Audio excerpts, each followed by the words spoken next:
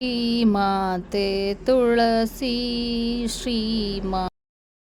Hi friends, welcome back our YouTube channel. ಇವತ್ತು ತುಳಸಿ ಗಿಡದ ಬಗ್ಗೆ ಮಾಹಿತಿ ತಿಳ್ಕೊಳ್ಳೋಣ. ತುಳಸಿ ಗಿಡಕ್ಕೆ ಯಾವ್ಯಾವ ವಾರ ಏನೇನು ಹಾಕೋದ್ರಿಂದ ಏನೇನು ಲಾಭ ಅಂತೇಳಿ ತಿಳ್ಕೊಳ್ಳೋಣ ಬನ್ನಿ. ಇವತ್ತಿನ ದಿನ ಮನೆಗೆ ಹೊಸ ತುಳಸಿ ಗಿಡ ತಂದಾಗ ಯಾವ ದಿನ ತರಬೇಕು, ಯಾವ ಸಮಯದಲ್ಲಿ ನೆಡಬೇಕು ಮತ್ತು ಯಾವ ಥರ ಪೂಜೆ ಮಾಡಬೇಕು ಮೊದಲನೇ ದಿನ ನೆಟ್ಟಾಗ ಅನ್ನೋದ್ರ ಬಗ್ಗೆ ಮಾಹಿತಿ ತಿಳ್ಕೊಳ್ಳೋಣ ಬನ್ನಿ. ತುಳಸಿ ಗಿಡನ ಯಾವ ಜಾಗದಲ್ಲಿ ಮನೆಯಲ್ಲಿ ನೆಡಬೇಕು ಮತ್ತು ಯಾವ ದಿನ ತರಬೇಕು ತುಳಸಿ ಗಿಡ, ಇದ್ರ ಬಗ್ಗೆ ತುಳಸಿ ಬಗ್ಗೆ ಮಾಹಿತಿ, ತುಳಸಿ ಗಿಡದ ಪೂಜೆಯ ಮಾಹಿತಿ ಮತ್ತು ನೆಡುವ ಜಾಗದ ಮಾಹಿತಿ, ಪೂರ್ತಿ ಮಾಹಿತಿಯನ್ನು ತಿಳ್ಕೊಳ್ಳೋಣ ಬನ್ನಿ.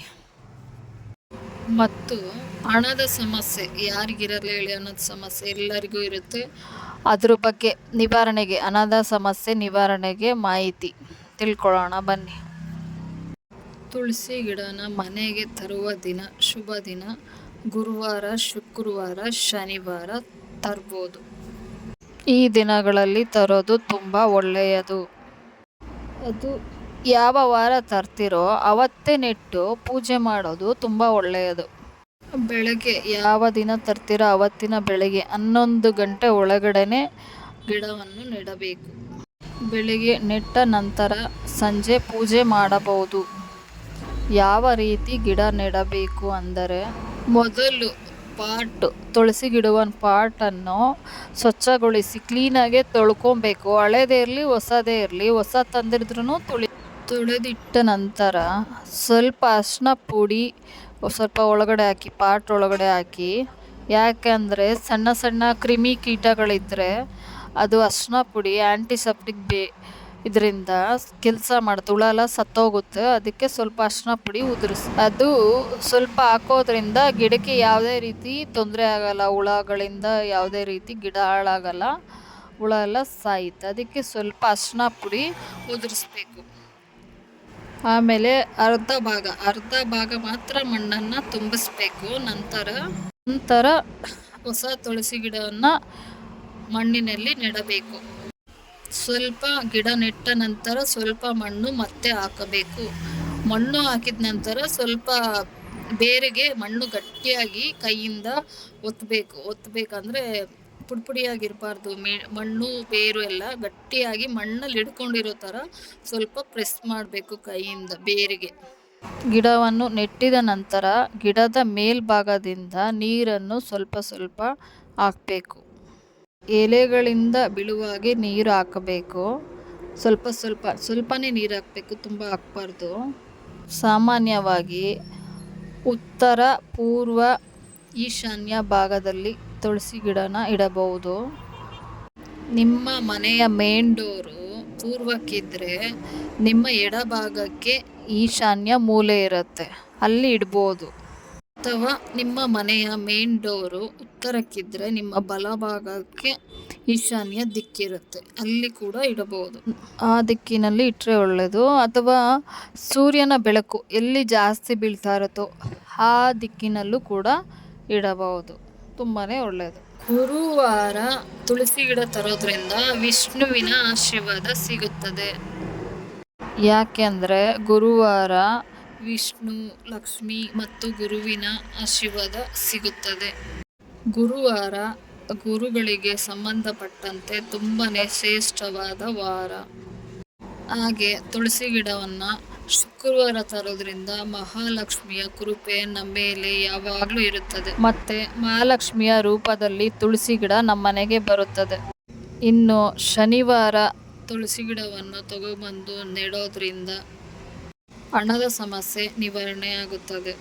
ಹಾಗಾಗಿ ಈ 3 ದಿನಗಳು ತುಂಬಾ ಶ್ರೇಷ್ಠ. ಇನ್ನು ಈ ರೀತಿ ಗಿಡವನ್ನು ನೆಟ್ಟ ನಂತರ ಸಂಜೆ ಪೂಜೆ ಮಾಡಬೇಕು. ನೀವು ಬೆಳಗ್ಗೆ ಗಿಡ ತಂದು ನೆಟ್ಟ ನಂತರ ರೆಡಿ ಮಾಡಿದ ನಂತರ ಸಂಜೆ ಪೂಜೆ ಮಾಡ್ಬೋದು. ಇಲ್ಲ ಅಂದರೆ ನೀವು 10 ಗಂಟೆ ಒಳಗಡೆ ಬೆಳಗ್ಗೆ ತಂದಿದ್ರೆ ಬೆಳಗ್ಗೆನೂ ಪೂಜೆ ಮಾಡ್ಬೋದು. 10 ಗಂಟೆ ನಂತರ ಆಗಿದ್ದರೆ ಅದು ಮಧ್ಯಾಹ್ನ ಸಮಯಕ್ಕೆ ಆಗುತ್ತೆ. ಆದ ಕಾರಣ ಮಧ್ಯಾಹ್ನ ಟೈಮಲ್ಲಿ ಮರ, ಗಿಡ, ಯಾವುದೇ ಗಿಡಗಳಿಗೆ ಪೂಜೆ ಮಾಡಬಾರದು. ಮತ್ತು ಸಂಜೆನೂ ಕೂಡ ಸೂರ್ಯ ಮುಳುಗಿದ ಮೇಲೆ ಯಾವುದೇ ಗಿಡ ಮರಗಳನ್ನು ಮುಟ್ಟಬಾರದು. ಆದ ಕಾರಣ ಹೇಳ್ತಾ ಇದ್ದೀನಿ, ಬೆಳಗ್ಗೆ 10 ಗಂಟೆ ಒಳಗೆ ತಂದು ಗಿಡ ನೆಟ್ಟಿದರೆ ಪೂಜೆ ಮಾಡಿ, 10 ಗಂಟೆಯ ನಂತರ ತಂದು ನೆಟ್ಟಿದರೆ ಪೂಜೆ ಮಾಡಬಾರದು. 5:30 ನಂತರ ತುಳಸಿ ಪೂಜೆ ಮಾಡಿ. ಸಂಜೆ ಮೊದಲನೇ ದಿನ ಹೀಗೆ ಪೂಜೆ ಮಾಡಿ. ತುಳಸಿ ಗಿಡದ ಪಾಟಿಗೆ ಮೊದಲು ಅರ್ಶಿನ ಕುಂಕುಮ ಹಚ್ಚಿ, ಗೆಜ್ಜೆ ವಸ್ತ್ರನ ಏರಿಸಿ, ಹೂವುಗಳಿಂದ ಅಲಂಕರಿಸಿ, ಅದರಲ್ಲೂ ಮಲ್ಲಿಗೆ ಹೂವು ಹಾಕೋದ್ರಿಂದ ತುಂಬಾ ಒಳ್ಳೆಯದು. ಮಹಾಲಕ್ಷ್ಮಿಗೆ ಮಲ್ಲಿಗೆ ಹೂವು ಅಂದರೆ ತುಂಬ ಇಷ್ಟ, ತುಂಬ ಪ್ರತಿಫಲ ಸಿಗುತ್ತದೆ. ಮತ್ತು ಬಿಲ್ವದ ಪತ್ರೆ ಹಾಕಿ ಪೂಜೆ ಮಾಡೋದ್ರಿಂದ ಸಾಲದ ಸಮಸ್ಯೆ ಬೇಗ ನಿವಾರಣೆ ಆಗುತ್ತದೆ. ಮಣ್ಣಿನ ದೀಪ ಹಚ್ಚಬೇಕು, 1 ಅಥವಾ 2 ಯಾವುದಾದ್ರೂ ಹಚ್ಬೋದು. ಮಣ್ಣಿನ ದೀಪ ತುಂಬಾ ಒಳ್ಳೆಯದು. ಸಾಮಾನ್ಯವಾಗಿ ತುಳಸಿ ಗಿಡದ ಮುಂದೆ ಒಂದೇ ದೀಪ ಹಚ್ಚೋದು, ಆದರೆ ಬತ್ತಿ ಮಾತ್ರ 2 ಹಾಕಬೇಕು. ತುಪ್ಪದ ದೀಪ ಅಥವಾ ಎಣ್ಣೆ ಹಾಕಿನೂ ಕೂಡ ಹಚ್ಚಬಹುದು. ತಾಂಬೂಲ ಇಡಬೇಕು, ವಿಳ್ಯದೆಲೆ, ಅಡಿಕೆ, ಹಣ್ಣು ಆ ಥರ. ಇಲ್ಲಾಂದರೆ ಏನಾದರೂ ನೈವೇದ್ಯ ಮಾಡಿಡಿ, ಒಂದು ಪ್ಲೇಟ್ನಲ್ಲಿ ಇಡಿ. 1/4 ಲೋಟ ಹಸಿ ಹಾಲು, ಅಂದರೆ ಹಸುವಿನ ಹಾಲಾದರೂ ಆಗ್ಬೋದು, ಪ್ಯಾಕೆಟ್ ಹಾಲಾದರೂ ಆಗ್ಬೋದು, ಕಾಯಿಸಿರಬಾರ್ದು. ಸಕ್ಕರೆ ಬೆಲ್ಲ ಏನೂ ಹಾಕಬಾರ್ದು. ತುಳಸಿ ಗಿಡದ ಬೇರುಗಳಿಗೆ ಹಾಕಬೇಕು ಹಾಲನ್ನು. ನಾವು ಯಾವುದೇ ವಿಗ್ರಹನ ಮನೆಗೆ ತಂದರೂ ಮೊದಲನೇ ದಿನ ಅಭಿಷೇಕ ಮಾಡಿ ಆಮೇಲೆ ಪೂಜೆ ಮಾಡಬೇಕು. ಫಸ್ಟು ತುಳಸಿ ಗಿಡದ ಬೇರಿಗೆ ಹಾಲನ್ನು ಹಾಕಿ ಆಮೇಲೆ ಪೂಜೆ ಮಾಡಿ. ಹಾಲು ಹಾಕಿದ ನಂತರ ತುಳಸಿ ಗಿಡದ ಬೇರಿಗೆ ಆಮೇಲೆ ಸ್ವಲ್ಪ ನೀರು ಹಾಕಿ ಪೂಜೆಯನ್ನು ಮಾಡಬೇಕು. ಮೊದಲನೆಯ ದಿನ ಈ ರೀತಿಯಾಗಿ ಪೂಜೆ ಮಾಡಿ.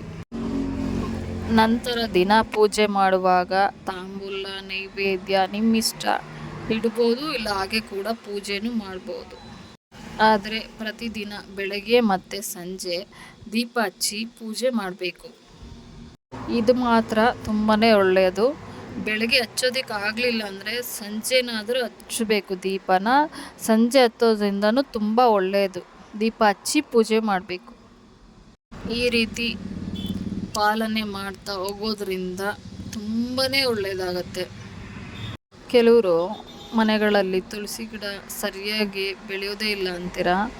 ನೀವು ಆದಷ್ಟು ಗಾಳಿ, ಬೆಳಕು, ಸೂರ್ಯನ ಕಿರಣ ಬೀಳೋ ಜಾಗದಲ್ಲಿ ಇಡಿ. ಖಂಡಿತವಾಗ್ಲೂ ಬೆಳೆಯುತ್ತೆ ತುಳಸಿ ಗಿಡ ಚೆನ್ನಾಗಿ. ಒಂದು ಏನಂದರೆ ಸ್ವಲ್ಪ ಕೆಳಗಡೆ ಇಡಬಾರ್ದು, ಸ್ವಲ್ಪ ಹೈಟಲ್ಲಿ ಇಡಬೇಕು ತುಳಸಿ ಗಿಡನ. ಕೆಳಗಡೆ ಇಡೋದ್ರಿಂದ ಸ್ವಲ್ಪ ಅಂಟು ಮುಂಟಾಗುತ್ತೆ, ಮತ್ತು ನಾವು ಬಟ್ಟೆಗಳೆಲ್ಲ ಟಚ್ ಆಗುತ್ತೆ, ಮೈಲಿಗೆ ಆಗುತ್ತೆ. ಅದು ನಮಗೆ ಗೊತ್ತಿರಲ್ಲ. ಮತ್ತು ಕಸ ಗುಡಿಸುವಾಗ ಪೊರ್ಕೆ ಎಲ್ಲ ತಾಕುತ್ತೆ. ತುಳಸಿ ಗಿಡಕ್ಕೆ ಇದೆಲ್ಲ ಟಚ್ ಆಗಬಾರ್ದು. ಮಹಾಲಕ್ಷ್ಮಿಗೆ ಏನು ಮೈಲಿಗೆ ಹಾಕಬಾರ್ದು. ಸ್ವಲ್ಪ ಹೈಟಲ್ಲಿ ಎತ್ತರವಾಗಿರೋ ಇದರಲ್ಲಿ ಇಡೋದ್ರಿಂದ ಗಿಡ ಚೆನ್ನಾಗಿ ಬೆಳೆಯುತ್ತೆ, ಮನೆಗೂ ತುಂಬ ಒಳ್ಳೆಯದಾಗತ್ತೆ.